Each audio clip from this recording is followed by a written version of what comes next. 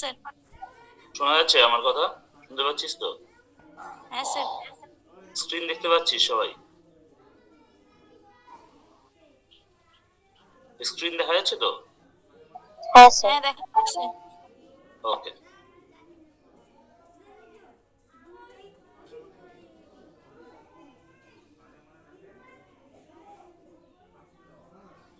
তো আজকে আমরা হিস্ট্রি পড়বো। অনেকদিন হিস্ট্রি ক্লাস অনলাইনে নেওয়া হয়নি, ওই জন্য আজকে আমরা ঠিক করেছি হিস্ট্রি পড়বো।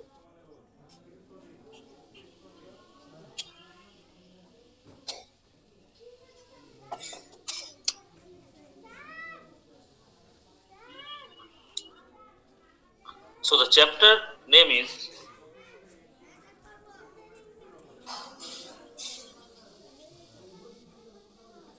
Emergence of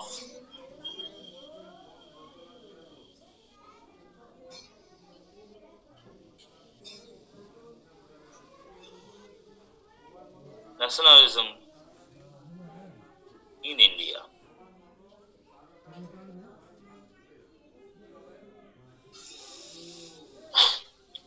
ভারতে জাতীয়তাবাদের উন্মেষ, গ্রোথ অফ ন্যাশনালিজম বা emergence of nationalism in India.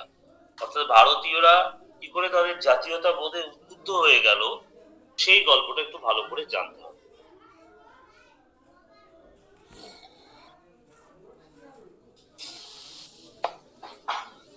19 শতকের দ্বিতীয়ার্ধে, তার মানে 1800 থেকে 1900-র মাঝখানে যে সালটা,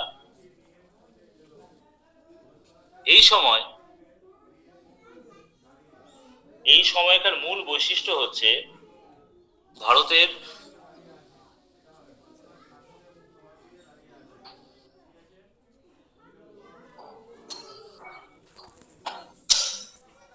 জাতীয়তাবাদের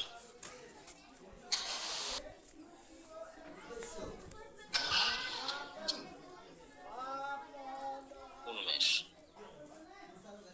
This is the main characteristics of emergence of nationalism in India.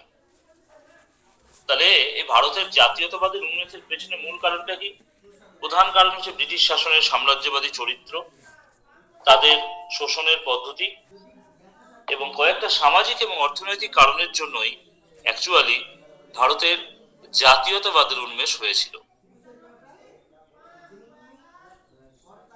Bidhanchandra বলছেন ভারতীয় এবং British according to Bipan Chandra, the main reason of growth of nationalism in India is the conflict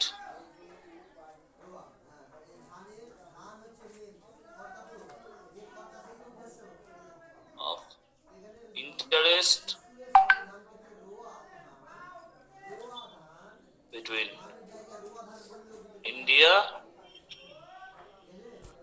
and Britain. এই কনফ্লিক্ট অফ ইন্টারেস্টের জন্য India এবং ব্রিটেনের মধ্যে basically emergence of nationalism বা growth of nationalism that was created. ইংরেজরা actually নিজেদের স্বার্থ সিদ্ধির জন্যই ভারতকে জয় করেছিল এবং এদেশে তারা এমন একটা শাসন ব্যবস্থা কায়েম করতে চেয়েছিল যেখানে তাদের সাম্রাজ্যবাদী চরিত্রটা বজায় রাখা যায় এবং ধীরে ধীরে তাদের এই সাম্রাজ্যবাদী চরিত্রটা কেবলমাত্র কৃষক বা কারিগর বা শ্রমিকরা নয়, সাধারণ ইংরেজি শিক্ষিত মধ্যবিত্ত মানুষ এবং দেশীয় শিল্পপতিরা উপলব্ধি করে যে তাদের অ্যাকচুয়াল ক্যারেক্টারটা কি বা অ্যাকচুয়াল ইন্টেনশনটা কি। এই কারণে 19 শতকের দ্বিতীয়ার্ধে কমন ম্যানদের মধ্যে একটা ব্রিটিশ বিরোধী মনোভাব গড়ে ওঠে।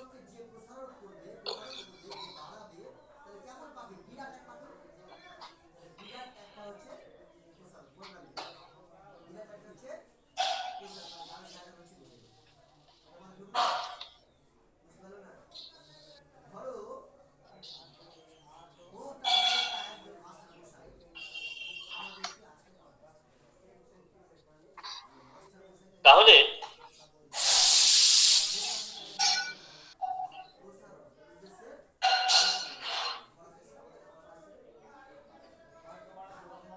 ইংরেজরা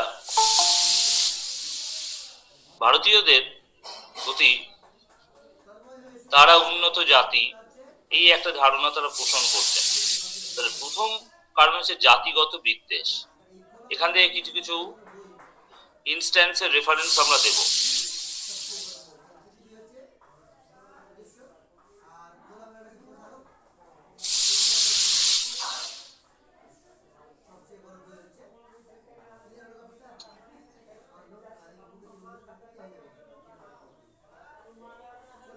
(1809) সালে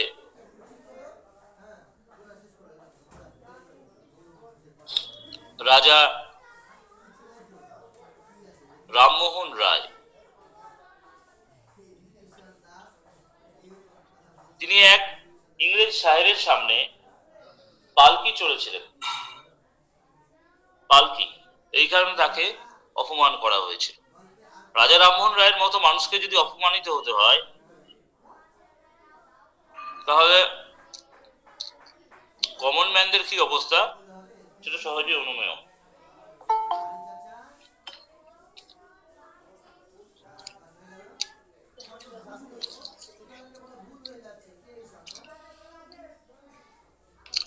এছাড়া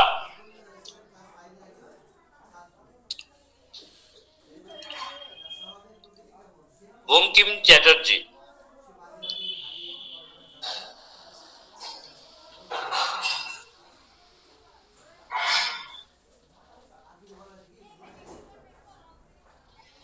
তিনিও কর্নেল ডাফিনের হাতে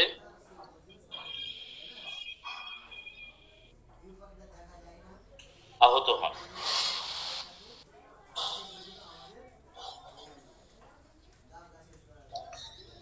Ishwarchandra Vidyasagar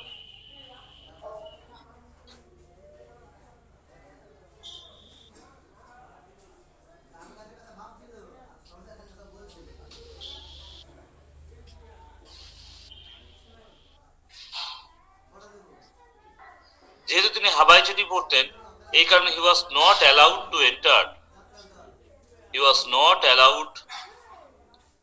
enter in Calcutta Museum.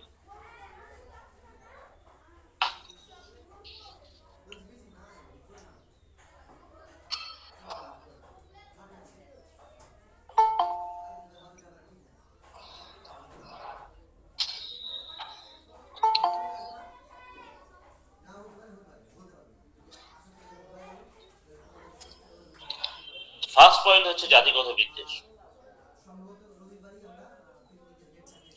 1899 সালে যখন লর্ড কার্জন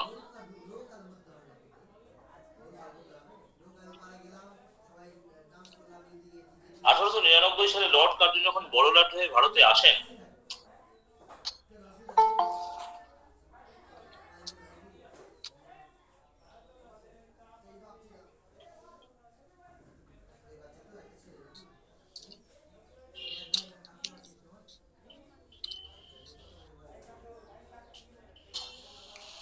তাকে কনগ্রেট করার জন্য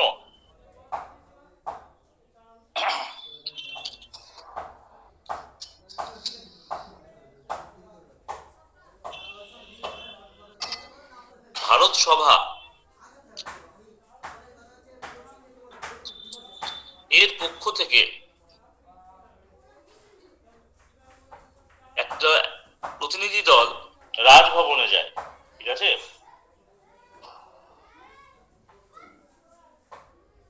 কিন্তু এস.এন. ব্যানার্জি বা সুরেন্দ্রনাথ ব্যানার্জি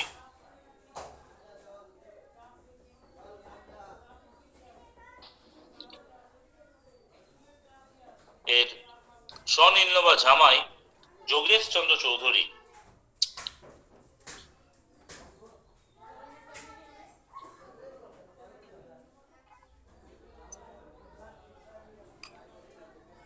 এই যোগেশ চন্দ্র চৌধুরীর নামে একটি কলেজ আছে কলকাতাতে। যেহেতু তিনি চটি পড়ে গেছিলেন এই কারণে he was also not allowed to enter in the Rajbhavan. শুধু তাই নয়, একজন প্রখ্যাত ইংরেজ সাংবাদিক 1864 সালে, তার নাম ছিল জিও ট্রিভেলিয়ান,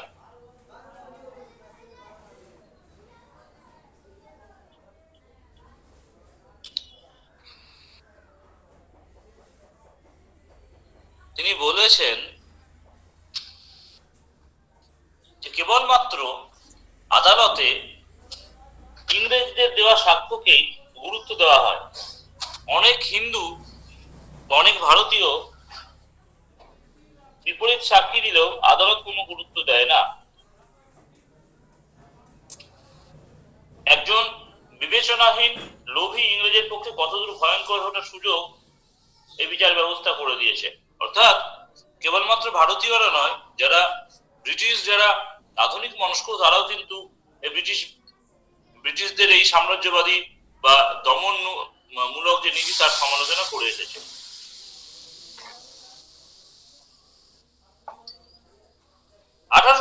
সালে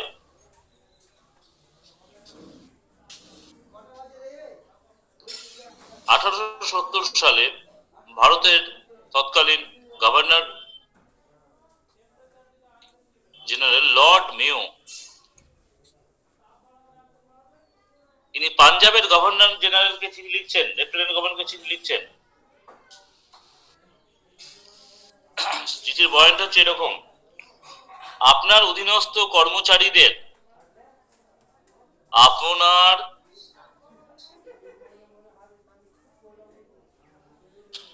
অধীনস্থ কর্মচারীদের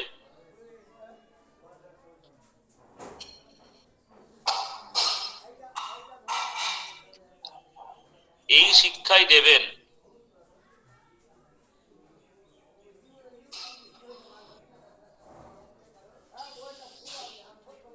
আপনার অধীনস্থ কর্মচারীদের এই শিক্ষাই দেবেন যে আমরা সবাই ব্রিটিশ ভদ্রলোক এবং আমরা একটি নিকৃষ্টতর জাতিকে শাসন করার মতো মহৎ কাজে নিযুক্ত। এই যে ভারতীয়দের উপর এই লাঞ্ছনা, এই অপমান, এই সীমাহীন ঔদ্ধত্য, এটাই অ্যাকচুয়ালি শিক্ষিত এবং আত্মমর্যাদা সম্পন্ন কোনো ভারতীয়দের পক্ষে এই লাঞ্ছনা মেনে নেওয়া সম্ভব ছিল না। ডক্টর বিপিন চন্দ্র বলেন, ভারতের জাতীয় চেতনা বিনাশের অন্যতম কারণ হচ্ছে ভারতবর্ষের প্রতি বহু ইংরেজদের এই ঔদ্ধত্যপূর্ণ আচরণ। তাহলে ভারতে এই যে জাতীয়তাবাদ গ্রোথ হলো বা এমার্জেন্স অফ ন্যাশনালিজম হলো, তার কারণটা কি? কারণটা হচ্ছে, প্রধান কারণ ওয়েস্টার্ন এডুকেশন।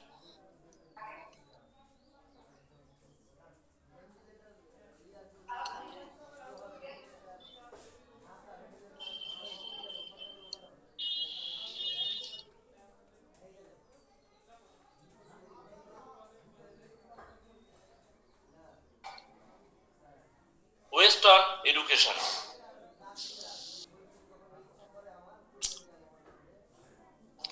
যখনই ভারতবাসীরা ইংরেজি শিক্ষা বা ওয়েস্টার্ন এডুকেশনের সংস্পর্শে এলো, তখন বিভিন্ন গ্রেট ইংলিশ অথর মিল,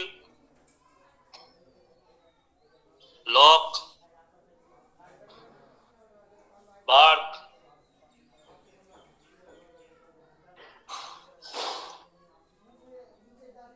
মেকলে, বেনথাম,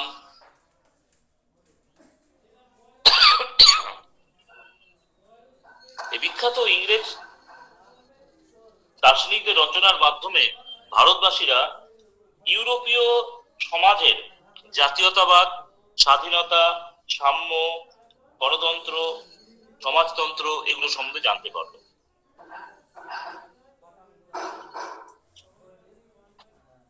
এবার এর মাধ্যমে হলো কি, ইংল্যান্ডের গৌরবময় বিপ্লব, ফরাসি বিপ্লবের সাফল্য, বিদেশি শাসনের বন্ধন থেকে আমেরিকা, গ্রিস ও ইতালির বন্ধন মুক্তি, আয়ারল্যান্ডের স্বাধীনতা সংগ্রাম, এই প্রমুখ জিনিস ভারতীয়দের মধ্যে তাদের আত্মচেতনাকে উদ্বুদ্ধ করলো এবং তারাও এই বিশ্বাসটা রাখতে পারলো আমরাও যদি জাতীয়তাবাদে আমরা উজ্জীবিত হই তাহলে আমরা এই ব্রিটিশ শাসনের অবসান ঘটাতে পারবো। তাহলে ভারতীয়দের জাতীয়তাবাদ উন্মেষের ক্ষেত্রে পাশ্চাত্য শিক্ষা বা ওয়েস্টার্ন এডুকেশনের একটা অভূতপূর্ব গুরুত্ব আছে, বিকজ পাশ্চাত্য শিক্ষার মাধ্যমেই ভারতীয়রা পাশ্চাত্য রচনার সংস্পর্শে আসে।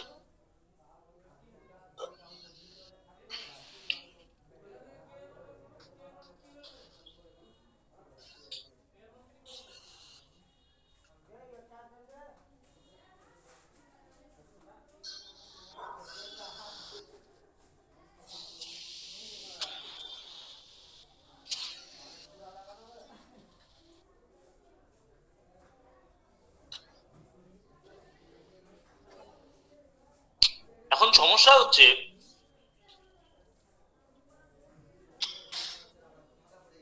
এর আগে আমরা দেখেছি ওই 1780 পরের দিকে ভারতীয় বুদ্ধিজীবী সমাজের কিছু অংশ তাদের বক্তব্য ছিল ডোন্ট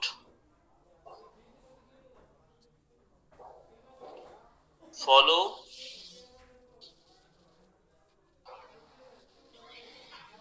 the Western education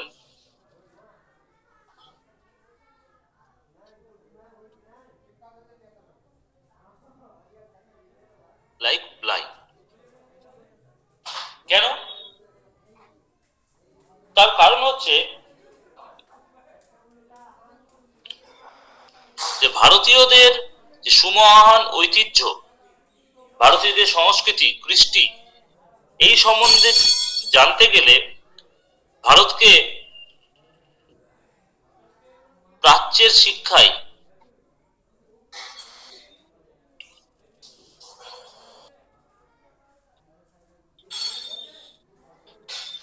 প্রাচ্যের শিক্ষাকে আরো বিস্তার করতে হবে।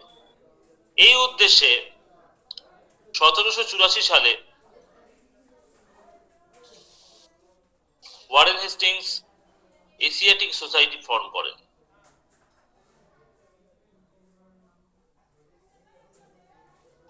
কলকাতা মাদ্রাসা ফর্ম করেন, ঠিক আছে। এই এশিয়াটিক সোসাইটির প্রতিষ্ঠাতা, যার সঙ্গে স্যার উইলিয়াম জোন্স ওতপ্রোতভাবে জড়িত, William Jones, Max Muller, Prinsep, Cunningham, Marshall, এরা প্রাচীন ভারতীয় সাহিত্য এবং সংস্কৃতির গবেষণার ফলে ভারত ও বিশ্ববাসী ভারতের সুপ্রাচীন এবং মহত্তর সভ্যতা সম্পর্কে জানতে পারে। তাহলে আমরা একটা সময় উন্নত জাতি ছিলাম, ব্রিটিশ শাসনের ফলে আমরা আমাদের অধঃপতন হয়েছে। এর ফলে কি হলো, একে পাশ্চাত্য শিক্ষার ফলে আমরা ইউরোপীয় সমাজ, তাদের স্বাধীনতা সংগ্রাম, বিশ্বের বিভিন্ন দেশের স্বাধীনতা সংগ্রাম, সেটা সম্বন্ধে জানতে পারলাম। প্লাস অ্যাজ ওয়েল অ্যাজ আমরা যখন আমাদের প্রাচ্যের শিক্ষা, প্রাচ্যের আমাদের ভারতের যে প্রাচীন শিক্ষার যে সুমহান ঐতিহ্য, সেটা সম্বন্ধে জানতে পারলাম, তখন আমরা আমাদের সভ্যতার প্রতিও শ্রদ্ধাশীল হয়ে পড়লাম। এই দুয়ের মেলবন্ধনে জাতীয়তাবাদ এর উন্মেষটা আরো বেশি করে, আরো এফিসিয়েন্টলি এটা হয়ে গেল।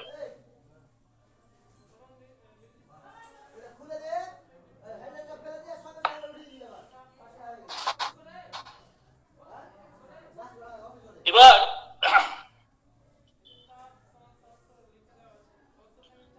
পাশ্চাত্য সভ্যতার সংস্পর্শে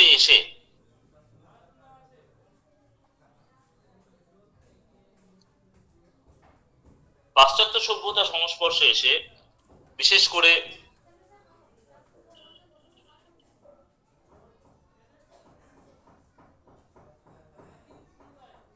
রামমোহন রায়, তারপর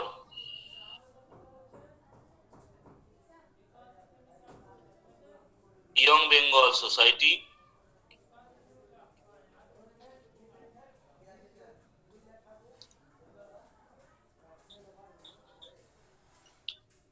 ব্রাহ্ম সমাজ, আর্য সমাজ, থিওসফিক্যাল সোসাইটি, প্রভৃতির নেতৃত্বে ভারতে ধর্মীয় এবং সামাজিক পুনরুজ্জীবনবাদী আন্দোলন শুরু হয়ে যায়।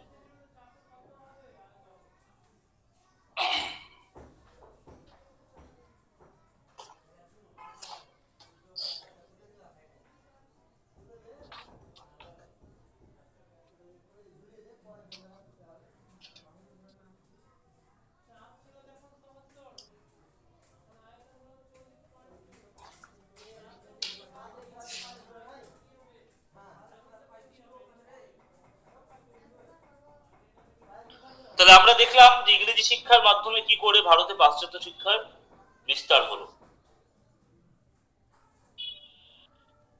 For higher education in the year 1854,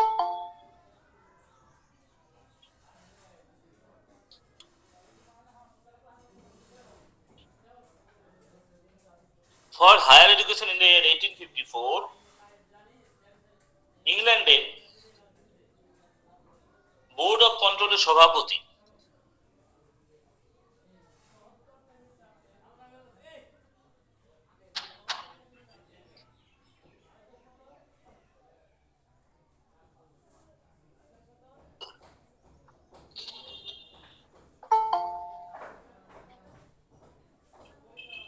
Charles would.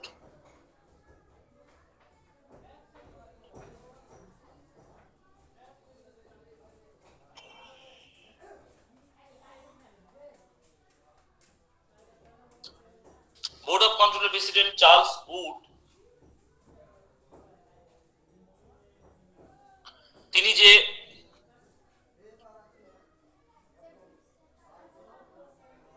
Recommendation গুলো করেছিলেন সেটা ভারতে উচ্চশিক্ষার ভিত তৈরি করে। তিনি একেবারে ফ্রম প্রাইমারি লেভেল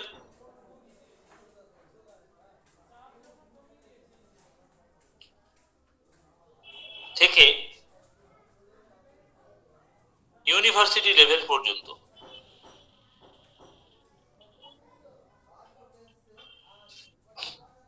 শিক্ষা ব্যবস্থাকে সুনিয়ন্ত্রিত করার সুপারিশ করেছিলেন। এরপরে 1854 পরে 1882 সালে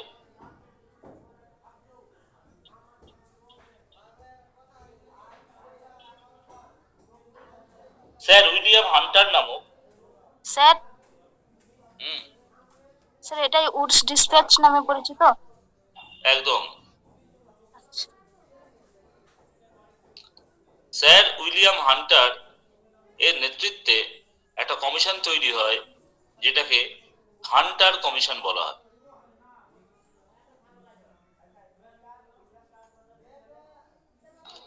এই হান্টার কমিশনের সুপারিশগুলো কি কি ছিল?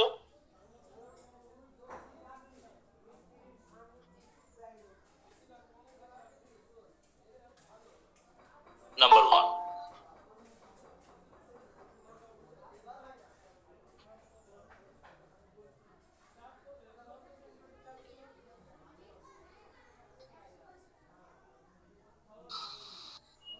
স্কুল ও কলেজের ওপর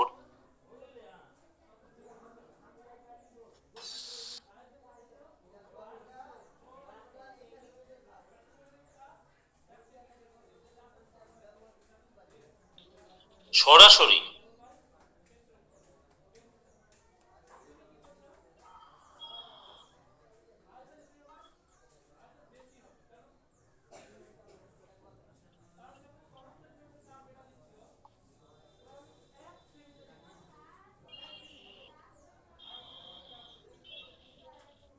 কর্তৃত্বের অবসান ঘটানো। 2 নম্বর,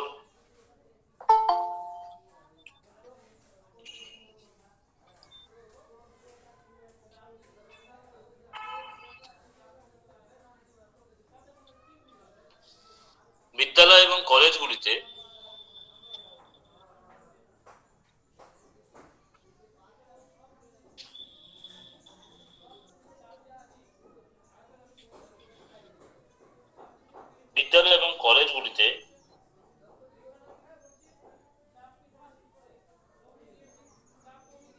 সাধারণ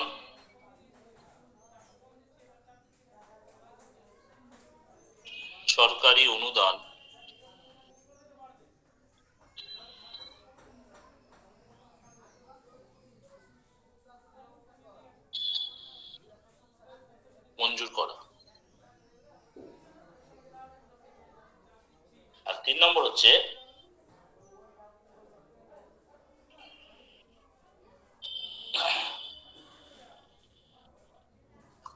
ন্যাচারাল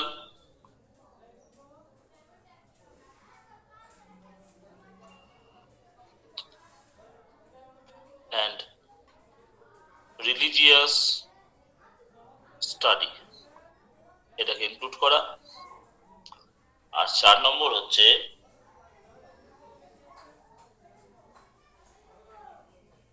হিউম্যানিটি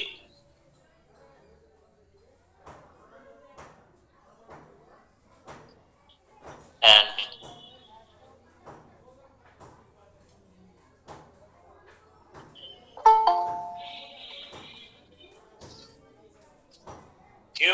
সিটিজেনশিপ, এই বিষয়ে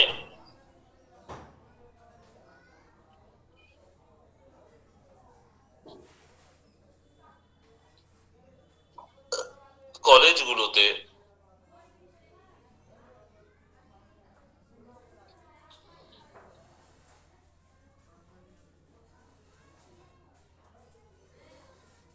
বিশেষ আলোচনা সভার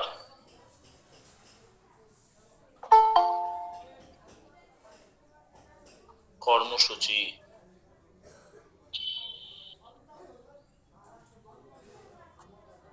গ্রহণ করা।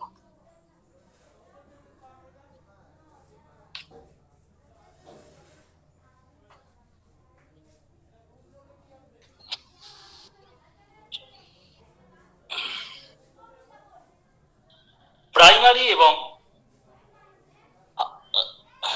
হায়ার সেকেন্ডারি এডুকেশনের ক্ষেত্রে হান্টার কমিশন কতগুলো সুপারিশ করেছিল। যেরকম প্রাইমারি শিক্ষার প্রসারের দায়িত্ব, যেমন প্রাইমারি আর হায়ার সেকেন্ডারিটা হান্টার কমিশনের সুপারিশটা বলে দিই ছোট করে। তাহলে এখানে আমরা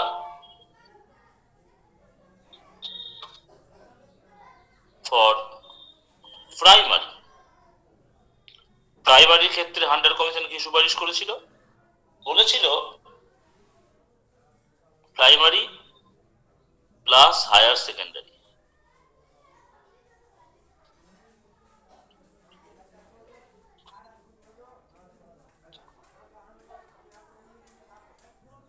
হান্টার কমিশন বলেছিল প্রাইমারি শিক্ষার প্রসারের দায়িত্ব সরকারি নিয়ন্ত্রণে মিউনিসিপ্যালিটি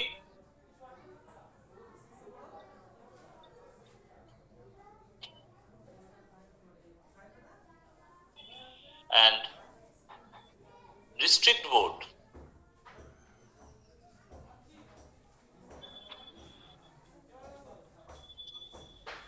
তার হাতে দেওয়া। সরকারি সাহায্যে প্রত্যেকটা স্কুলে লাইব্রেরি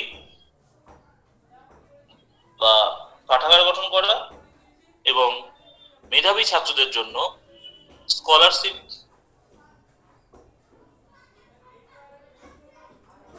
প্রদান করা। এই তিনটে ছিল প্রাইমারি এবং হায়ার সেকেন্ডারির ক্ষেত্রে হান্টার কমিশনের সুপারিশ।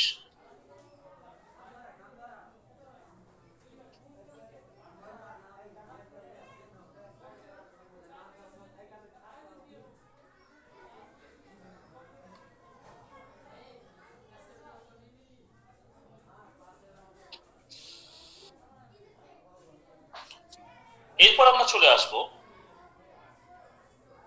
Time period of Lord Curzon. ভারতীয় শিক্ষার ক্ষেত্রে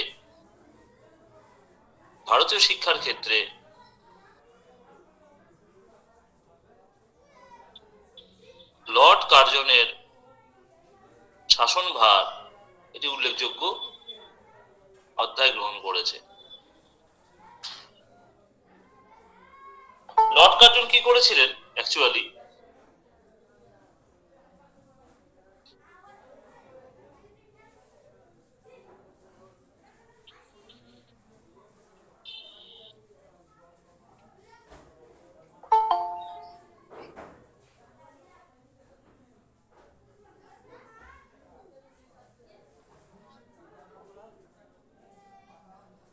তার যে এক্সিকিউটিভ বডি ছিল, সেই এক্সিকিউটিভ বডির ল মেম্বার ছিলেন স্যার টমাস র্যালে।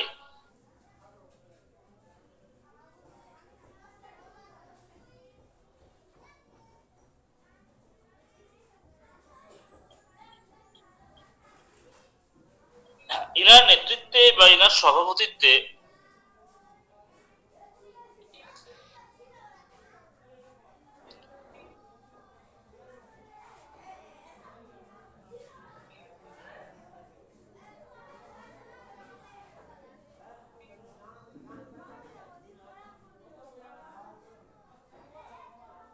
বিশ্ববিদ্যালয় কমিশন গঠন করেন।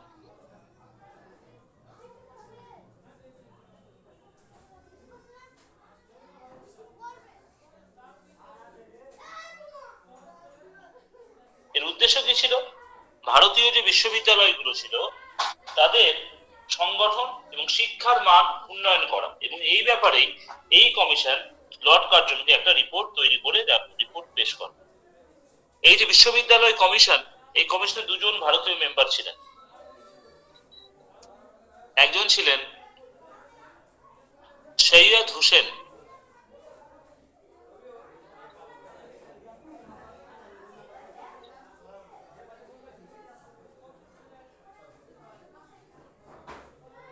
বিলগ্রামী। আরেকজন ছিলেন কলকাতা হাইকোর্টের বিচারপতি স্যার গুরুদাস ব্যানার্জি। একজন ছিলেন সৈয়দ হোসেন বিলগ্রামী, আরেকজন ছিলেন স্যার গুরুদাস ব্যানার্জি। এই দুজন ছিলেন বিশ্ববিদ্যালয় কমিশনের মেম্বার। এই কমিশনের সুপারিশের ভিত্তিতেই 1904 সালে, in the year 1904,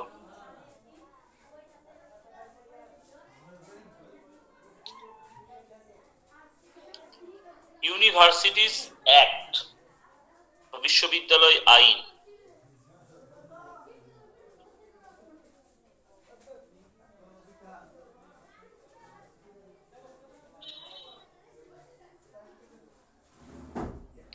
প্রণয়ন করা হয়।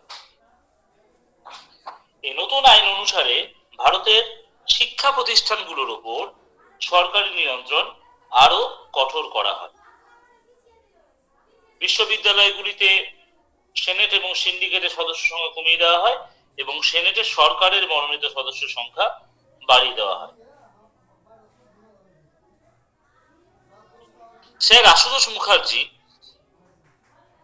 এই ইউনিভার্সিটিজ অ্যাক্ট অফ 1904, এখানে সরকারি খবরদারি নিয়ন্ত্রণের ব্যাপারে তিনি তীব্র প্রতিবাদ করেন।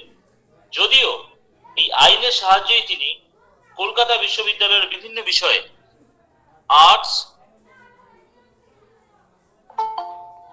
এবং সায়েন্সের পঠন পাঠন কিন্তু তিনি উন্নত করেছিলেন এই আইনকে কাজে লাগিয়ে।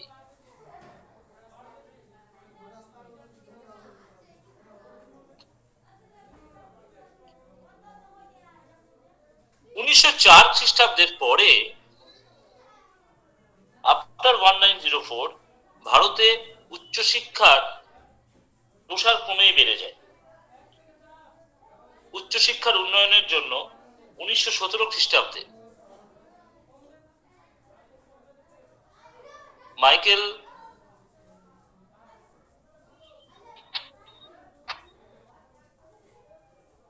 স্যাডলারের নেতৃত্বে স্যাডলার কমিশন তৈরি করা। এই কমিশনের অন্যতম মেম্বার ছিলেন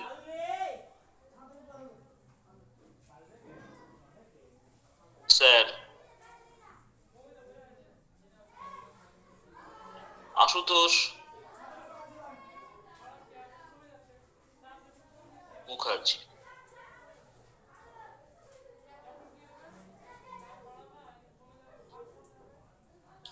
এই কমিশনের সুপারিশগুলো কি ছিল?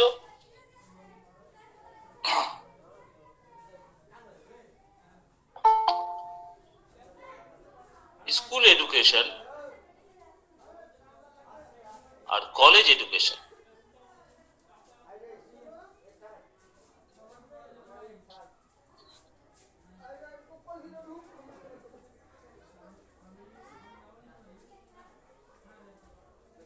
এডুকেশন এবং কলেজ এডুকেশন এর মধ্যবর্তী সময়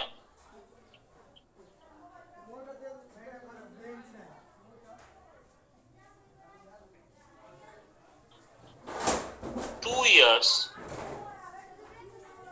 intermediate এডুকেশনের ব্যবস্থা, এটা ছিল 1 নম্বর রিকমেন্ডেশন। 2 নম্বর রিকমেন্ডেশন কি ছিল? 3 years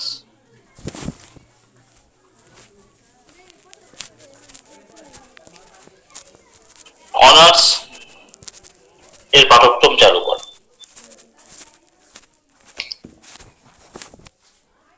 3 নম্বর ছিল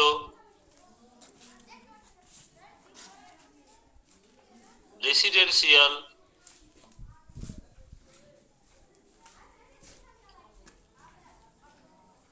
ইউনিভার্সিটি এস্টাবলিশড করা। 4 নম্বর কি ছিল? অ্যাপ্লাইড সায়েন্স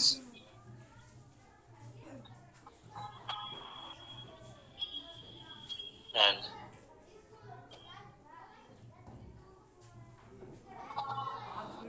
ইঞ্জিনিয়ারিং শিক্ষার প্রবর্তন করা। এই কমিশনের প্রতিবেদন 1919 সালে পেশ করা। এদিকে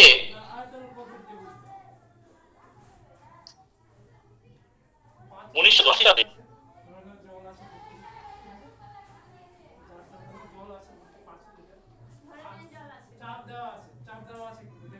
কেন্দ্রীয় সরকার শিক্ষা বিভাগ বা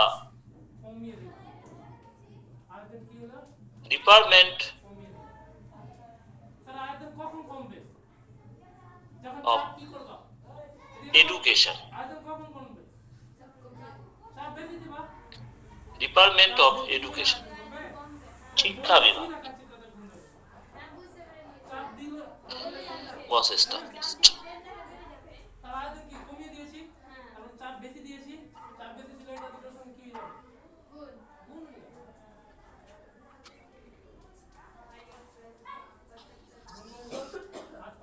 ডিপার্টমেন্ট অফ এডুকেশন অথবা শিক্ষা বিভাগ এটা এস্টাবলিশ করা হয়।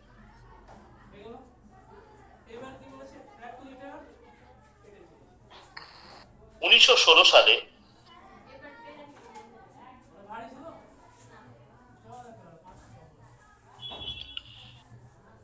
ধন্দকেশব কার্ভে বা ডি.কে. কার্ভে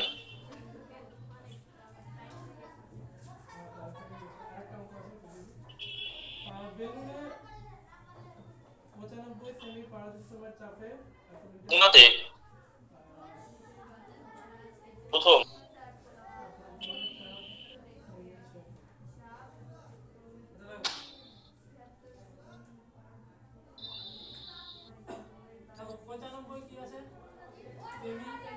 ওমেন ইউনিভার্সিটি বা মহিলা বিশ্ববিদ্যালয়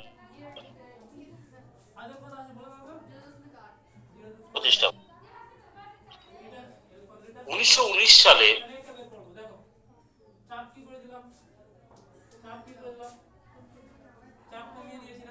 মনফোর্ড বা মন্টেগু চেফোর্ড এই আইনের মাধ্যমে এডুকেশন ডিপার্টমেন্ট যেটা ছিল সেন্ট্রাল গভর্নমেন্টের সাবজেক্ট সেখান থেকে চেঞ্জ করে স্টেট গভর্নমেন্ট, তখন ছিল প্রভিন্সিয়াল গভর্নমেন্ট বা প্রাদেশিক সরকারের হাতে দেওয়া হয়। সর্বভারতীয় শিক্ষার কেন্দ্র হিসেবে 1921 খ্রিস্টাব্দে রবীন্দ্রনাথ ঠাকুর শান্তিনিকেতনে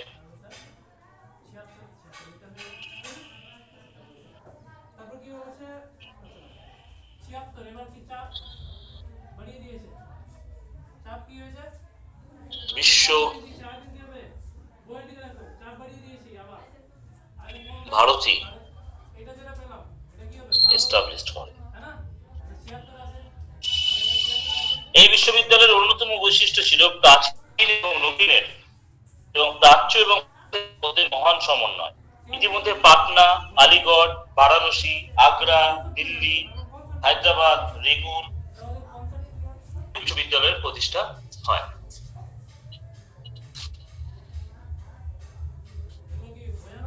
ভারতে for the propagation of women education, নারী শিক্ষার ব্যাপারে সবার আগে যিনি ভূমিকা নিয়েছিলেন তিনি হচ্ছেন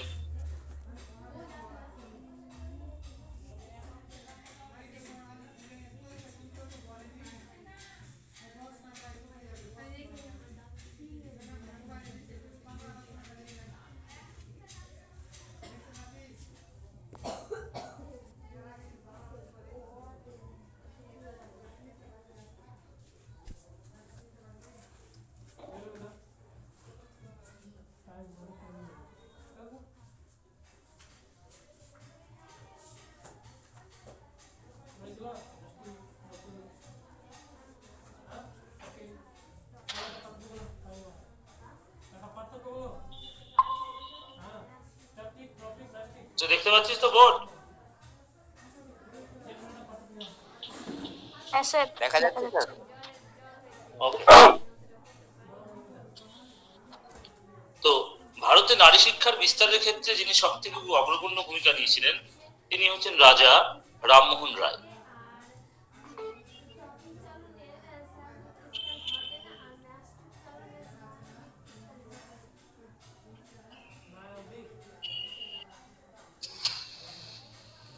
ব্রাহ্ম সমাজ, আর্য সমাজ প্রমুখ এই যে সমাজগুলো ফর্ম হয়েছে তারাও নারী শিক্ষার দ্রুত বিস্তারের জন্য তারা অগ্রগণী ভূমিকা গ্রহণ করে।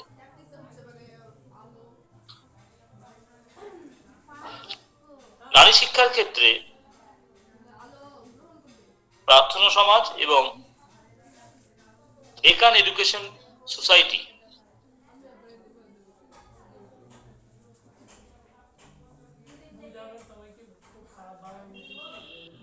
ডেকান এডুকেশন সোসাইটি এদের ভূমিকা কিন্তু খুব গুরুত্বপূর্ণ। এবং আস্তে আস্তে দেখা যায় নারী শিক্ষার ব্যাপারে গভর্নমেন্টও কিন্তু ভূমিকা নিতে শুরু করে। গভর্নর জেনারেল লর্ড ডালহৌসি পরিষদের আইন সদস্য ড্রিঙ্ক ওয়াটার বেথুন এবং ঈশ্বরচন্দ্র বিদ্যাসাগর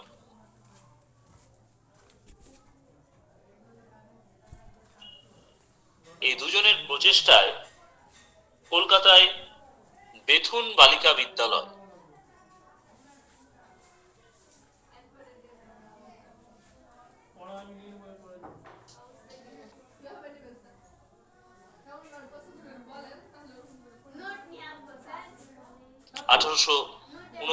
খ্রিস্টাব্দে প্রতিষ্ঠিত হয়। দেশের নারী শিক্ষার বিস্তারের ক্ষেত্রে এটি একটি গুরুত্বপূর্ণ পদক্ষেপ। ভারতে নারী শিক্ষার বিস্তারের ক্ষেত্রে বেথুন সাহেবের অবদান লর্ড ডালহৌসি মুক্ত হস্তে স্বীকার করেছিলেন। শিক্ষার বিস্তারের ক্ষেত্রে বিদ্যাসাগরের ভূমিকাও অস্বীকার করা যায় না। তারই উৎসাহে ভারতে পশ্চিমবঙ্গের বিভিন্ন জায়গায় 35টা বালিকা বিদ্যালয় প্রতিষ্ঠা হয়। কিন্তু গ্রামাঞ্চলে নতুন বিদ্যালয়গুলির ভার সরকার নিতে অসম্মত হওয়ায় ঈশ্বরচন্দ্র বিদ্যাসাগর তিনি নিজেই সেই স্কুলের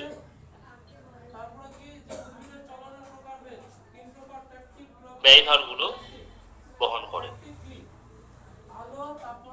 এই কারণে তাকে ঋণগ্রস্ত হয়ে পড়তে হয়। 1854 সালে যে উডস ডিসপ্যাচ সেখানেও কিন্তু আমরা দেখেছি নারী শিক্ষার গুরুত্ব স্বীকার করা হয়।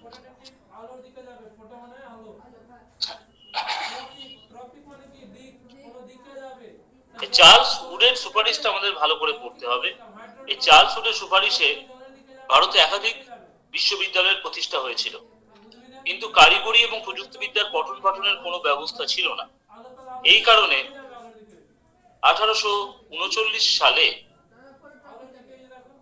কলকাতা মেকানিক ইনস্টিটিউট, আরেকটা হচ্ছে জিওট্রপিক। জিও মানে কি? আর্থ, পৃথিবী টানবে মোটর গাছে ন্যাস্টিক চলাতো, ন্যাস্টিককে চার ভাগে ভাগ করা যায়, তাই না? একটা কি কলকাতা মেকানিক ইনস্টিটিউট নামক একটি সংস্থা তৈরি করা হয়, উদ্দীপকের দিকে যাবে না, কিন্তু এটা কিছুদিনের মধ্যে উঠে যায়। 1847 খ্রিস্টাব্দে উদ্দীপক যদি কি থাকে, বেশি থাকে, রুরকি আলো, জল, আর কি ইঞ্জিনিয়ারিং কলেজ যেদিকে আলো বেশি থাকবে ওদিকে যাবে, স্থাপিত ওদিকে যাবে না। করা হয়। সূর্যের আলো তো এখানেও পড়ছে 1856 আর এখানেও পড়ছে, এর মানে সালে সূর্যমুখী ফুল এদিকে ঘুরে থাকবে, এদিকে আলো বেশি পড়ছে তো এদিকে ঘুরে যাবে। ক্যালকাটা তীব্রতার উপর নির্ভর ইঞ্জিনিয়ারিং কলেজ প্রতিষ্ঠা হয়। পরে 1880 সালে হয়ে গেল। তারপরে that was been transferred to thermostatic উদাহরণ হচ্ছে কি? টিউলিপ ফুল শিবপুর। একটা আছে। তাপ যদি, থার্মো মানে কি? তাপ। তাপ, থার্মো মানে তাপ। তাপ যদি বেশি না that had been transferred to Shibpur. সিসমো, সিসমো হচ্ছে কি? ছুলে, স্পর্শ করলে, স্পর্শ করলে লজ্জা হচ্ছে, লজ্জা। কালকে যে ক্লাসটা নেব সেখানে আমি পড়াবো তারপরে হচ্ছে কি? কেমো, কেমো মানে কি? রাসায়নিক, বলে না কেমিস্ট্রি, রাসায়নিক কেমিস্ট্রি, কেমিস্ট্রি ও কেমিস্ট্রি। উদাহরণ কি হতে পারে? এই যে ব্রাহ্ম সমাজ, আমরা যে পতঙ্গ পোকা টোকা খাই। তারপর প্রার্থনা সমাজ, আর্য সমাজ অ্যান্ড আলিগড় মুভমেন্ট। কালকে সকাল ক্লাস টাইম হচ্ছে সকাল 9টা। স্যার বলে ফেলো। বলছিলাম যে আপনি সাংস্কৃতিক প্রেক্ষাপট আমাদের দিয়েছিলেন এবার, তো ওটার দুটো আছে, একটা নারী শিক্ষার ক্ষেত্রে আছে, একটা রামমোহনের পিরিয়ডটা আছে, তো আমরা দুটোই করব। আমি যে জীবন মুখোপাধ্যায়ের যে 8 নম্বর যে এটা আছে, হ্যাঁ স্যার, আমার জীবন মুখোপাধ্যায় থেকেই বলছি, তো ওখানেই লেখা আছে আর কি। একটা ওই 14 নম্বর অধ্যায় আছে আর একটা 8 নম্বর অধ্যায়। শুধু 8 নম্বরটা, আচ্ছা ঠিক আছে। শুধু 8 নম্বর। ঠিক আছে, তাহলে আজকে এই পর্যন্তই থাক। কালকে সকাল 9টায় আবার দেখা হবে।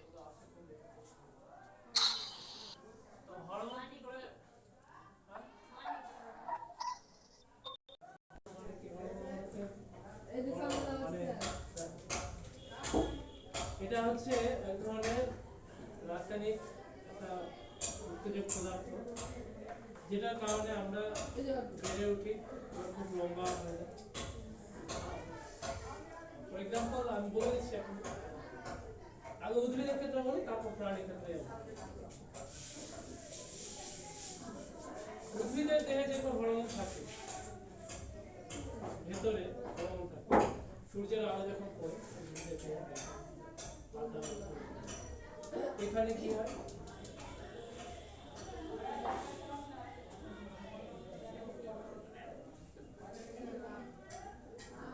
অক্সিজেন জমে। হ্যাঁ, এখানে কি হয়? অক্সিজেন জমে। ধরো পাতা আছে এখানে, বা ধরে নাও যে একটা এরকম থাকে না, এরকম এরকম অনেক উদ্ভিদ থাকে, কাটা কাটা থাকে না, এগুলোতে অক্সিজেন থাকে, যে জমে যায়, ছোট ছোট জমে যায়, সূর্যের আলো পড়ে জমে যায়। এবার কি হচ্ছে? সূর্যের আলো এরা যেদিকে পাবে না সেদিকে বেড়ে যাবে, হয়েছে? সেদিকে বেড়ে যাবে। এবার সূর্যের আলো যদি এদিকে বেশি পায়, তার অক্সিজেন গুলো তখন এইদিকে নামে, এইদিকে আসতে শুরু করবে, কারণ এদিকে বেঁকে যাবে না, বাঁকতে গেলে অক্সিজেন গুলো এইদিকে আসতে হবে। তখন কি হয় স্যার? এটা ধীরে ধীরে এইরকম হয়ে যায়, এইরকম হয়ে যায়, এইরকম বাঁকার চেষ্টা করে।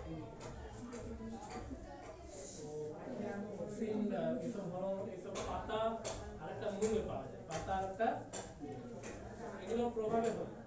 হরমোনের প্রভাবে উদ্ভিদ দেহ কি হয়? বড় হয়,